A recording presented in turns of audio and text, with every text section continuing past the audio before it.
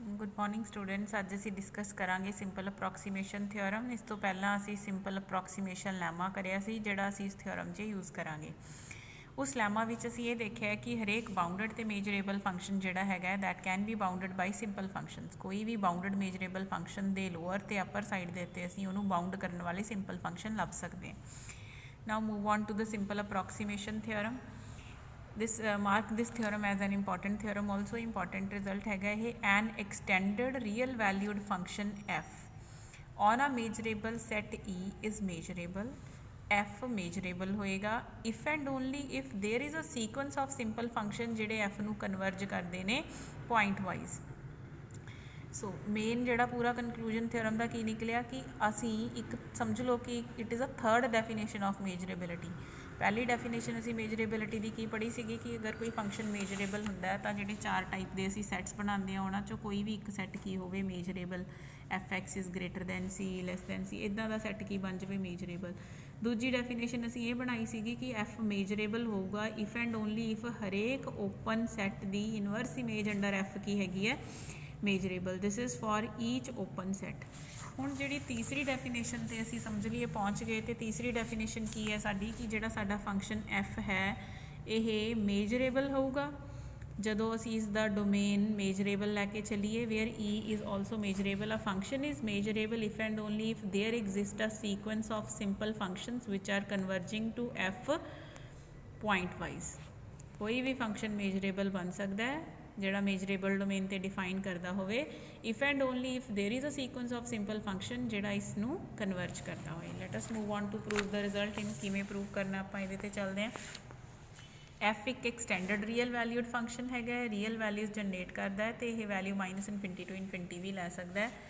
इसनूं define किया होया ई set के उत्ते ते ई सैट की है मेजरेबल। असी ये प्रूव करना है कि जदों असी एफ नूं मेजरेबल बन के चलीए तो sequence of simple function F नूं कन्वर्ज करता है पॉइंट वाइजली एंड जदों एक पॉइंट वाइज कन्वर्जेंट सीक्वेंस साडे कोले होवे जिहड़ा एफ नूं कन्वर्ज करता होवे तो उहदे कॉरसपोंडिंग एफ की निकलूगा पक्का ही मेजरेबल। फरदर जिहड़ा यह सीक्वेंस असी लिया है वो सीक्वेंस च प्रॉपर्टी ये हैगी है कि जिहड़ा यह पॉइंट वाइज कन्वर्जिंग सीक्वेंस है जिहड़ा एफ नूं कन्वर्ज करता it has a property that the modulus of I N is less than equal to mod of F on E for all N. If F is non negative तो असी sequence नूं की choose कर सकते हैं increasing. ये इहदी further condition है। So let us move on to prove the result. सब तो पहला असी इसका जिहड़ा हैगा सफिशेंट कंडीशन लै ली। What is a sufficient condition? असी मान लेंदे हैं कि there is a sequence of simple functions जिहड़े एफ नूं पॉइंट वाइजली कन्वर्ज करते हैं। Suppose that there is a sequence phi N of simple functions on E which converges point wise on E to F. ये sequence F नूं converge करता है point wisely. दूसरी condition इन्हां सीक्वेंसिस की है कि they are bounded by the bounds of F. ये सीक्वेंस जिहड़ा हैगा ये बाउंडड है mod of I N is less than mod of F on E for all N. तो हुण असीं की प्रूव करना होगा कि ये जिहड़ा एफ यूज़ होया है जिसनूं ये सीक्वेंस कन्वर्ज करता है that F is a measurable. इस रिजल्ट नूं प्रूव करन दे लई सानूं इस थ्योरम की मदद लगेगी जिहड़ी असीं पेज नंबर 18 के उत्ते करके आए हैं। पिछे जिहड़ी असीं थ्योरम प्रूव करके आए असीं उस 'च ये देखिया है कि अगर साडे कोले सीक्वेंस ऑफ मेजरेबल फंक्शनस होए जो पॉइंट वाइजली कन्वर्ज करता होए किसी फंक्शन एफ नूं तो ये जिहड़ा लिमिट फंक्शन हुंदा है दैट इज़ ऑल्सो मेजरेबल।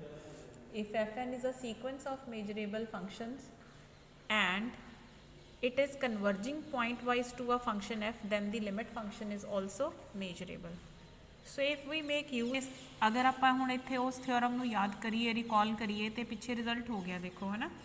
असी सपोज किया हैगा कि साडे कोले फाई एन सिंपल फंक्शनस ने तो जिहड़े कि पॉइंट वाइजली कन्वर्ज करते हैं एफ नूं नाल असी हुण इह थ्योरम नूं नाल रिलेट करिए इट शोज़ दैट कि जिहड़ा लिमिट फंक्शन निकलूगा that limit function is also measurable. एदा मतलब हुण साडा एफ की बन गया measurable. This proves that F is measurable. Conversely suppose that F is measurable. हुण असी प्रूव करांगे कि एफ नूं असी limit of a simple functions कह सकते हैं। एफ दे लई असी एक सीक्वेंस बनावांगे वो सीक्वेंस इस एफ नूं की करता होगा कन्वर्ज। वो किहो जिहा सीक्वेंस होगा वो सीक्वेंस ऑफ सिंपल फंक्शनस होगा। ठीक है हुण याद रखना है कि एफ किस टाइप का फंक्शन है जिहदे लिए असी सीक्वेंस लभना it is a extended real valued function. तो ਤਾਂ ਹੁਣ ਅਸੀਂ ਇਸ ਦੀਆਂ ਜਿਹੜੀਆਂ ਵੈਲਿਊਜ਼ ਓਬਟੇਨ ਹੋਈਆਂ ਉਹਨੂੰ 3 ਹਿੱਸਿਆਂ 'ਚ ਡਿਵਾਈਡ ਕਰ ਲੈਣਾ। ਫੰਕਸ਼ਨ ਇਨਫਿਨਿਟੀ ਵੀ ਹੋ ਸਕਦਾ, ਫੰਕਸ਼ਨ ਫਾਈਨਾਈਟ ਵੀ ਹੋ ਸਕਦਾ, ਫੰਕਸ਼ਨ ਇਨਫਿਨਿਟੀ ਤੇ ਮਾਈਨਸ ਇਨਫਿਨਿਟੀ ਦੇ ਵਿੱਚ ਵੀ ਕੋਈ ਵੈਲਿਊ ਲੈ ਸਕਦਾ। ਸੋ ਵੀ ਵਿਲ ਮੇਕ 3 ਕੇਸਿਸ। ਅਸੀਂ ਪਹਿਲਾ ਕੇਸ ਲਵਾਂਗੇ ਜਦੋਂ ਫੰਕਸ਼ਨ ਮਾਈਨਸ ਇਨਫਿਨਿਟੀ ਹੈ, ਫਿਰ ਜਦੋਂ ਫੰਕਸ਼ਨ ਇਨਫਿਨਿਟੀ ਹੈ, ਫਿਰ ਜਦੋਂ ਫੰਕਸ਼ਨ ਇੱਕ ਫਾਈਨਾਈਟ ਰੇਂਜ ਦੇ ਵਿੱਚ ਵੈਲਿਊਜ਼ ਲੈ ਰਿਹਾ ਹੈ। ਤੇ in every case we will try to find a sequence. ਅਸੀਂ ਲੱਭਾਂਗੇ ਇੱਕ ਸੀਕੁਐਂਸ ਜਿਹੜਾ ਪੁਆਇੰਟ ਵਾਈਜ਼ਲੀ ਐਫ ਨੂੰ ਕਨਵਰਜ ਕਰਦਾ ਹੋਏ। ਇਹ ਸਾਡਾ ਟਾਰਗੇਟ ਹੈ। ਅਸੀਂ ਫੰਕਸ਼ਨ ਨੂੰ ਮੇਜਰੇਬਲ ਮੰਨ ਲਿਆ, ਹੁਣ ਅਸੀਂ ਇਸ ਫੰਕਸ਼ਨ ਨੂੰ ਕਨਵਰਜ ਕਰਨ ਵਾਲਾ ਇੱਕ ਸਿੰਪਲ ਫੰਕਸ਼ਨ ਦਾ ਸੀਕੁਐਂਸ ਲੱਭਣਾ। ਠੀਕ ਹੈ। Now assume that F is measurable, F is non negative on E, N be the natural number and we define a set E N ਜਿਸ 'ਚ ਅਸੀਂ ਉਹ ਸਾਰੇ ਐਕਸ ਰੱਖੇ ਆ ਜਿੱਥੇ F of X is less than equal to N. ਇਹਦੇ ਕਹਿਣ ਦਾ ਮਤਲਬ ਹੈ ਕਿ ਆਪਾਂ ਕਿਹੜਾ ਸੈੱਟ ਡਿਸਕਸ ਕਰ ਰਹੇ ਹਾਂ। ਸਾਡਾ ਫੰਕਸ਼ਨ ਇੱਕ ਐਕਸਟੈਂਡਡ ਰੀਅਲ ਵੈਲਿਊਡ ਫੰਕਸ਼ਨ ਹੈ ਤੇ ਐਕਸਟੈਂਡਡ ਰੀਅਲ ਵੈਲਿਊਡ ਫੰਕਸ਼ਨ ਦੀਆਂ ਵੈਲਿਊਜ਼ ਕਿੰਨੀਆਂ ਹੋਣਗੀਆਂ, ਮਾਈਨਸ ਇਨਫਿਨਿਟੀ ਤੋਂ ਲੈ ਕੇ ਇਨਫਿਨਿਟੀ ਤੱਕ। ਉਸ 'ਚੋਂ ਅਸੀਂ ਹੁਣ ਕਿਹੜੀ ਰੇਂਜ ਲੈ ਲਈ, F of X is less than equal to N. F of X is less than equal to N, N ਤੋਂ ਜਿੱਥੇ ਜਿੱਥੇ ਤੱਕ ਇਹ ਛੋਟਾ ਰਹਿੰਦਾ। ਇਹ ਵਾਲੀ ਰੇਂਜ ਰਹਿ ਗਈ ਹੋਈ ਹੈ। ਜਿਵੇਂ ਜਿਵੇਂ ਅਸੀਂ ਐਨ ਨੂੰ ਇਨਕਰੀਜ਼ ਕਰਾਂਗੇ ਅਸੀਂ ਅਲਟੀਮੇਟਲੀ ਇਸ ਤਰਫ ਦੀ ਰੇਂਜ ਨੂੰ ਵੀ ਕਵਰ ਕਰ ਲਾਂਗੇ। ਐਂਡ ਜੇ ਅਸੀਂ less than equal to minus N ਲਈਏ, ਦਿਸ ਮੀਨਸ ਅਸੀਂ ਮਾਈਨਸ ਐਨ ਤੋਂ ਐਨ ਤੱਕ ਦੀ ਰੇਂਜ ਲੈ ਲਈ। ਇਸ ਐਨ ਨੂੰ ਇੱਧਰ ਨੂੰ ਔਰ ਇਸ ਨੂੰ ਇਸ ਤਰਫ ਨੂੰ ਇਨਕਰੀਜ਼ ਕਰਾਈਏ ਤੇ ਅਸੀਂ ਮਾਈਨਸ ਇਨਫਿਨਿਟੀ ਟੂ ਇਨਫਿਨਿਟੀ ਤੱਕ ਦੀਆਂ ਫੰਕਸ਼ਨ ਦੀਆਂ ਜਿਹੜੀਆਂ ਵੈਲਿਊਜ਼ ਉਹਨੇ ਓਬਟੇਨ ਕਰਨੀਆਂ ਸੀ ਉਹਦੇ ਰਿਗਾਰਡਿੰਗ ਇੱਕ ਸੈੱਟ ਬਣਾ ਲਿਆ, ਉਹਦੇ ਵਿਦ ਰਿਸਪੈਕਟ ਟੂ ਇੱਕ ਸੈੱਟ ਬਣਾ ਲਿਆ। ਅਸੀਂ ਆਪਣੀ ਇਸ ਕਲੈਕਸ਼ਨ ਈ ਐਨ 'ਚ ਅਸੀਂ ਉਸ ਐਕਸ ਨੂੰ ਰੱਖਿਆ ਜਿੱਥੇ ਸਾਡਾ ਫੰਕਸ਼ਨ ਹਮੇਸ਼ਾ ਹੀ ਇਸ ਐਨ ਨੈਚੁਰਲ ਨੰਬਰ ਤੋਂ ਲੈਸ ਰਹਿੰਦਾ। ਜਿਵੇਂ ਜਿਵੇਂ ਅਸੀਂ ਐਨ ਨੂੰ ਇਨਕਰੀਜ਼ ਕਰਾਂਗੇ we will discuss those values which are less than equal to infinity. Then this E N is measurable. ਇਹ ਈ ਐਨ ਟਾਈਪ ਦਾ ਸੈੱਟ ਮੇਜਰੇਬਲ ਹੋ ਗਿਆ। ਕਿਉਂ ਮੇਜਰੇਬਲ ਹੋ ਗਿਆ, ਕਿਉਂਕਿ ਐਫ ਕੀ ਹੈ, ਮੇਜਰੇਬਲ। ਜਦੋਂ ਵੀ ਕੋਈ ਫੰਕਸ਼ਨ ਮੇਜਰੇਬਲ ਹੁੰਦਾ ਹੈ ਤਾਂ F X less than equal to any real number, ਇਹ ਕਲੈਕਸ਼ਨ ਕੀ ਬਣਦੀ ਹੁੰਦੀ ਹੈ, ਮੇਜਰੇਬਲ। ਇਸ ਕਰਕੇ ਈ ਐਨ ਕੀ ਬਣ ਗਿਆ, measurable, where N can be any natural number.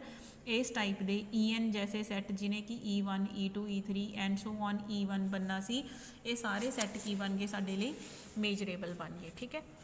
then En is measurable and the restriction of f to En is a non negative bounded measurable function। अगर असी f ਨੂੰ En ਤੇ ਹੀ restrict कर दीए, देखो f ने पूरा डोमेन E ਲੈਣਾ ਸੀ बट असी f ਨੂੰ ਕਿਹਦੇ ਤੇ restrict करता, सिर्फ En ਤੇ En ਕੀ है, measurable हैगा। The restriction of f to the En is a non-negative bounded measurable function। ਇਹ non-negative ਰਹਿੰਦਾ ਹੈ, bounded ਤੇ measurable ਵੀ ਹੈ। bounded ਹੋ ਗਿਆ ਕਿਉਂਕਿ ਅਸੀਂ ਇਸ ਦੇ ਵਿੱਚ ਫੰਕਸ਼ਨ ਦੀ ਅਪਰ ਲਿਮਿਟ ਕਿੰਨੀ ਡਿਸਾਈਡ ਕਰ ਲਈ, n। ਤਾਂ ਹੁਣ ਜੇ ਅਸੀਂ ਪਿੱਛੇ ਸਿੰਪਲ ਅਪਰੋਕਸੀਮੇਸ਼ਨ ਲੈਮਾ ਦੀ ਤਰਫ ਜਾਈਏ ਤਾਂ ਸਿੰਪਲ ਅਪਰੋਕਸੀਮੇਸ਼ਨ ਲੈਮਾ ਨੇ ਸਾਨੂੰ ਕੀ ਕਿਹਾ ਸੀਗਾ, then if we apply this to the restriction of f to En with the epsilon is 1/n, ਤਾਂ ਅਸੀਂ ਕਹਿ ਸਕਦੇ ਹਾਂ ਕਿ ਇਸ f ਫੰਕਸ਼ਨ ਨੂੰ ਬਾਉਂਡ ਕੀਤਾ ਜਾ ਸਕਦਾ ਹੈ with the help of the simple functions।